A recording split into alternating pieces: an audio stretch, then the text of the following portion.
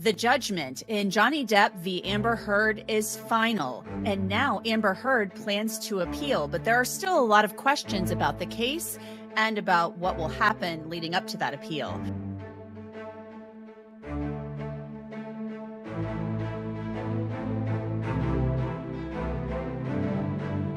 I'm Anjanette Levy, and welcome to the latest edition of Law and Crime Sidebar Podcast. We hope that you're having a great day, and thanks so much for joining us. On Friday of last week, I was in court in Fairfax County, Virginia, and this was really a hearing that was a formality. This is where Judge Karate actually entered the final judgment for the defamation lawsuit between Johnny Depp and Amber Heard. You may recall that the jury awarded Johnny Depp $15 million in damages. $10 million of that was compensatory damages. The other $5 million was punitive, but the $5 million in punitive damages, that's actually capped at $350,000 per state statute. So Johnny Depp can only get $10,350,000. On the other side, Amber Heard, she won one of her claims against Johnny Depp, and that had to do with statements made by Adam Waldman, his attorney, to the Daily Mail back in 2020. And Amber Heard was awarded $2 million in compensatory damages by the jury on that count. However, she was not awarded any punitive damages. So I wanted to talk a little bit about what happened in court on Friday. It was a brief hearing, but Judge Karati, no nonsense as usual. She has had this case for a long time. She went through what was going to happen that day. Elaine Bredehoff, the attorney for Amber Heard, wanted to file a bunch of post-trial motions and wanted the judge to schedule a hearing to hear these post-trial motions. And Judge Karati was very firm. She said, "We are not having a hearing on any of this. If you want to file motions, I will read them and decide on the papers." And she told Elaine Bredehoff basically that she knows that's not how it works. She said, "I am the chief judge of this court and have been for some time, and we're not doing this." So she was not giving her any wiggle room whatsoever. There was also discussion about Amber Heard having to file what's called a suspension bond, and that is so that the judgment is essentially stayed during the appeal. So Johnny Depp wouldn't be able to pursue the judgment pending the appeal. But in order to do that, Amber Heard has to post $10.35 million. She has to kind of hand that money over to the court. And then interest on that accrues annually at a rate of 6%. So there was some discussion about that back and forth. And Judge Karati basically told Elaine Bredehoff, "This is the procedure. You have to file the bond, and that's it. There's no discussion." But Elaine Bredehoff said she wants to address this in post-trial motions. Johnny Depp, for his part, is actually kind of objecting to some of the things having to do with the trial. We don't know if he's appealing yet. That hasn't been stated. However, he filed an exhibit with the judgment outlining his objections to the verdict and the judgment. So joining us to break all of this down is Gene Rossi. He is a former federal prosecutor and practices in Virginia. So Gene, welcome back to Sidebar. Thanks for coming on. Very briefly, tell us your reaction to what we've reported about Judge Karati with Elaine Bredehoff in court on Friday. She basically said, "I've had this case for 18 months. We had a 6-week trial. I'm not having a hearing." Well, Fairfax County, led by this judge, should be called itself the Rocket Docket. This was a 6-week trial. A lot of witnesses, a lot of exhibits. But this hearing, Anjanette, you hit the nail on the head. It was very brief, or relatively brief. That's because she wants to close the file on this case, enter the final order, have her put up her bond for appeal, and move on. If they want to file post-trial motions, she'll read them. She'll probably deny them, but she's not going to have a hearing. She means business. She's a former Marine, and she doesn't take any suffer fools gladly. So that doesn't surprise me what happened Friday of last week. Gene, with the judgment that was filed, Ben Chu filed an exhibit. He called it Exhibit A, and it listed a number of bullet points as to why the Depp team disagrees with the finding of finding Johnny Depp liable for Adam Waldman's statements. One of those bullet points basically says that, they say that this is contrary to the law and unsupported by the facts. The fact that Adam Waldman made this statement to the Daily Mail, where he called that second 911 call on May 21st of 2016 an ambush and a hoax. He said that the first 911 call didn't work out for them, so they spilled a little wine and roughed up the place and then placed that second 911 call. And they found that or at least the Depp team finds that, or feels that the $2 million award is excessive. So your thoughts on Exhibit A and those 2 bullet points in particular? Well, I have 2 thoughts on Exhibit A. One, it incorporates all the motions and filings and arguments in limine that were made. So that's sort of unremarkable, but it addresses that one defamatory statement that was found in Ms. Heard's favor regarding, I call it the hoax. And this Exhibit A tries to persuade the judge that the jury's finding was not supported by anything that was in evidence. This is a weak argument. I frankly think that Exhibit A is more a PR piece than a legal piece, because the jury made a finding that the hoax was defamatory, and what they provide in Exhibit A really should not move the judge and move the needle. I want to move on now and get your thoughts just briefly on an email that was released on Friday. And I have to give credit where credit is due.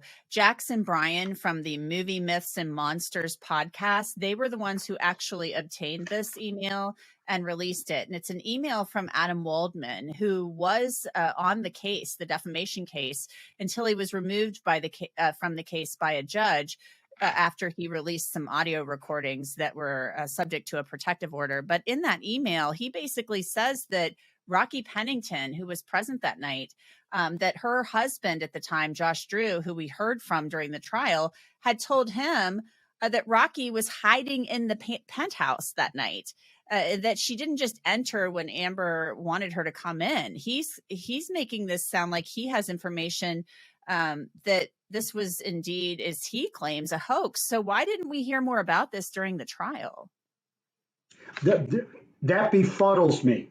The text of this email, if it had come out in trial, goes to the heart of Mr. Depp's defense. Waldman had a good faith basis for believing that second 911 call, if not the whole incident in the penthouse, was just a hoax. So that goes to the jury instruction on that one defamatory statement that was found in favor of Miss Heard. Why this did not come out at trial, either this email or this conversation, I don't understand. And all I can say is this: it's too little too late. It's not going to change anything. It obviously did not with this judge. Well, Gene Rossi, former federal prosecutor, attorney in Virginia, thanks so much for your expertise and your time, as always. We appreciate it. Thank you. This week, Jeffrey Epstein's former girlfriend will be sentenced in federal court in the Southern District of New York for her role in procuring young women for Jeffrey Epstein. And there's been some news that's come out over the weekend regarding Ghislaine Maxwell and the fact that she has been placed on suicide watch leading up to her sentencing. So joining us to talk about this is Adam Klasfeld. He covered the Ghislaine Maxwell federal trial gavel to gavel. He is also the managing editor of lawandcrime.com. So Adam, welcome back to Sidebar. First of all, your thoughts on this whole filing that came out over the weekend saying that Ghislaine Maxwell has been placed on suicide watch. Well, thank you for having me, Anjanette. Well, this isn't the first time that Ghislaine Maxwell has been placed on suicide watch, as I understand it. Obviously, after the death of Jeffrey Epstein, everyone at the Bureau of Prisons has been on guard, looking to avoid any sort of repeat. And just to kind of make listeners aware of what suicide watch means, her filing goes into it. She's basically forced to avoid wearing anything that can be used to harm herself. And one of the items explicitly mentioned is a suicide smock, something that can't be ripped or torn in any way. And one of the early cases that I covered as a journalist was the court martial of Chelsea Manning. The same thing went up, that in a high profile case where it would be terrible, and if the in that case the DOD, but in this case the Bureau of Prisons, allowed someone in custody to die before a trial or sentencing. They What we find is sometimes they take dramatic measures, and that's what Ghislaine Maxwell is saying happened here. She says that she is not suicidal, but she was placed on this heavily watched status, that it's essentially constant around the clock monitoring, being forced to wear this deeply uncomfortable smock, and anything that would prevent her from harming herself. And when she says it's not necessary, so she has asked for a delay of her sentencing, because she said that this status has compromised her ability to prepare for sentencing, to review her legal materials. We'll see what happens with that. As we speak, the judge hasn't ruled, but then again, she hasn't formally asked. She basically said, if this doesn't get fixed soon, I might need to request this. And as we've seen in recent filings, the judge got right on the phone with BOP and kind of made sure that she had access to the materials that she needs to review in order to prepare for sentencing on Tuesday. What do you expect at sentencing on Tuesday? Because I don't think that the judge is going to delay the sentencing. That's just my feeling. But what do you expect? Do you think that the judge, Judge Nathan, will max her out? As you said, Anjanette, I don't think that the judge is going to postpone her sentencing. Of course, anything can happen. We'll be monitoring the filings, but she's run a very tight ship. And what she has before her are two sentencing briefings from the defense and from the prosecution. And the prosecution wants her to have a very heavy sentence, somewhere between 30 and 55 years, effectively a life sentence. And Maxwell's defense team basically wants her to get lower than what probation wanted, which is 20 years. Now, what I would expect is that we have seen Ghislaine Maxwell place a very big bet on arguing essentially that she was mistreated in pretrial lockup, and she's essentially alleging various forms of unfairness at trial by media. And one thing that's entirely absent, that according to prosecutors that they note in their sentencing memo, is any sense of apparent remorse, that this is something that she is showing a lot of defiance, and she's saying, I'm going to appeal this, and as a result of this appeal, I'm not going to argue certain topics, including her relationship to Epstein. And we've seen the type of arguments that she's been making before in the bail hearings, and those hadn't succeeded. And there's very little reason to expect that the same arguments that failed to get her bond before trial began will suddenly resonate before the judge. But of course, anything can happen, and of course, we'll be monitoring it. Well, Adam Klasfeld, managing editor of lawandcrime.com, an expert on all things Ghislaine Maxwell, thanks for being on. We appreciate it. Thank you for having me. Before we could get started, I had to go to the men's room. So I walked through the entire shop, right, which you have to do to get to the men's room. I went to the men's room. I came out with one aide, actually our campaign manager, and with a group of people that started to gather around me. Very, very friendly people, including an ex-first grade detective and a woman who works for the Department of Parks. About a third of the way through, I got hit on the back as if a boulder hit me. It knocked me forward a step or two. It didn't knock me down, but it hurt tremendously. That's former New York City Mayor Rudy Giuliani, also former U.S. Attorney Rudy Giuliani, talking about what he says was an assault that happened with him on Staten Island when he was out with his son Andrew, who is running for office, and he was campaigning with his son. And joining us to talk a little bit about this is Matthew Mangino. He is a former prosecutor. And Matthew, welcome to Sidebar. I want to know, first of all, your thoughts on this. This was captured by surveillance video and released, and it shows Rudy Giuliani standing there with a group of people. And Rudy Giuliani says in this video that this man came up to him and slapped him on the back and said, "Hey, what's up, scumbag?" and made some comments about Roe v. Wade being overturned by the Supreme Court. So your feelings about the video and Rudy Giuliani's claims? Well, I think Rudy Giuliani said that he was tremendously injured by this slap on the back. And, I think and that he was in substantial pain. And I think, he really wasn't hurt by this.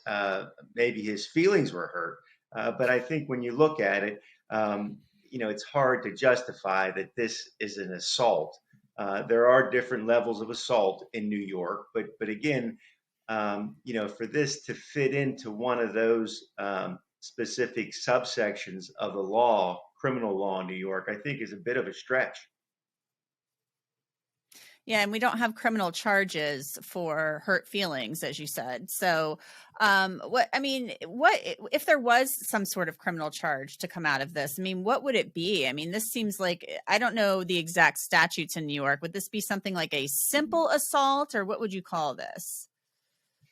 Well, yeah, I mean, this would be at best a simple assault as it's characterized in a number of different states. I think in New York, this may fall under what would be a third-degree Class A misdemeanor, which is when someone intended to hurt another person. Again, that's even a stretch. Was this intention? Was it the intention of this employee in this store, to actually hurt Rudy Giuliani, or just maybe try to embarrass him, which he did, obviously. And Rudy, by his statements, obviously knows what the law is in New York and is trying to make it, to get to that point where he meets those thresholds under the statute, substantial pain, and things like that. But again, it's an intent to harm, as I understand the New York law. Well, it appears that Rudy Giuliani is taking quite a bit of heat on Twitter and other social media platforms over this claim. He's saying he could have easily been knocked to the ground. He's 78 years old. So it sounds like, Matthew, you don't expect anything to come of this in the criminal realm. Again, I think it would, if we went around, and I'm a former prosecutor, 8 years I spent as the district attorney in a county in Western Pennsylvania. If we went around and prosecuted every single case where somebody slapped somebody on the back, with the intent of maybe embarrassing that person or making a statement to that person, I mean, we'd be spending a lot of time in court prosecuting those types of cases. What we always should remember, especially with regard to the criminal law, is that there has to be some sort of intent. There has to be some sort of intent to harm. And I don't see where this individual walking up behind Rudy Giuliani and slapping him on the back, even if it was a rather aggressive slap on the back, had any intent to harm Rudy Giuliani. Certainly it wasn't his intent to knock a 78-year-old man to the floor and, as Rudy Giuliani said, possibly kill him. I mean, this is a case that is better off left alone by prosecutors in New York. Matt Mangino, thanks so much for being with us today. Thank you, Anjanette. And that's it for this edition of Law and Crime Sidebar Podcast. Thanks so much for joining us. Sam Goldberg and Michael Deininger are producers of this podcast. Bobby Zoki is our YouTube manager, and Alyssa Fisher is our booking producer. You can find this podcast on Apple, Google, Spotify, and wherever else you get your podcasts. We are also on YouTube. I will see you next time.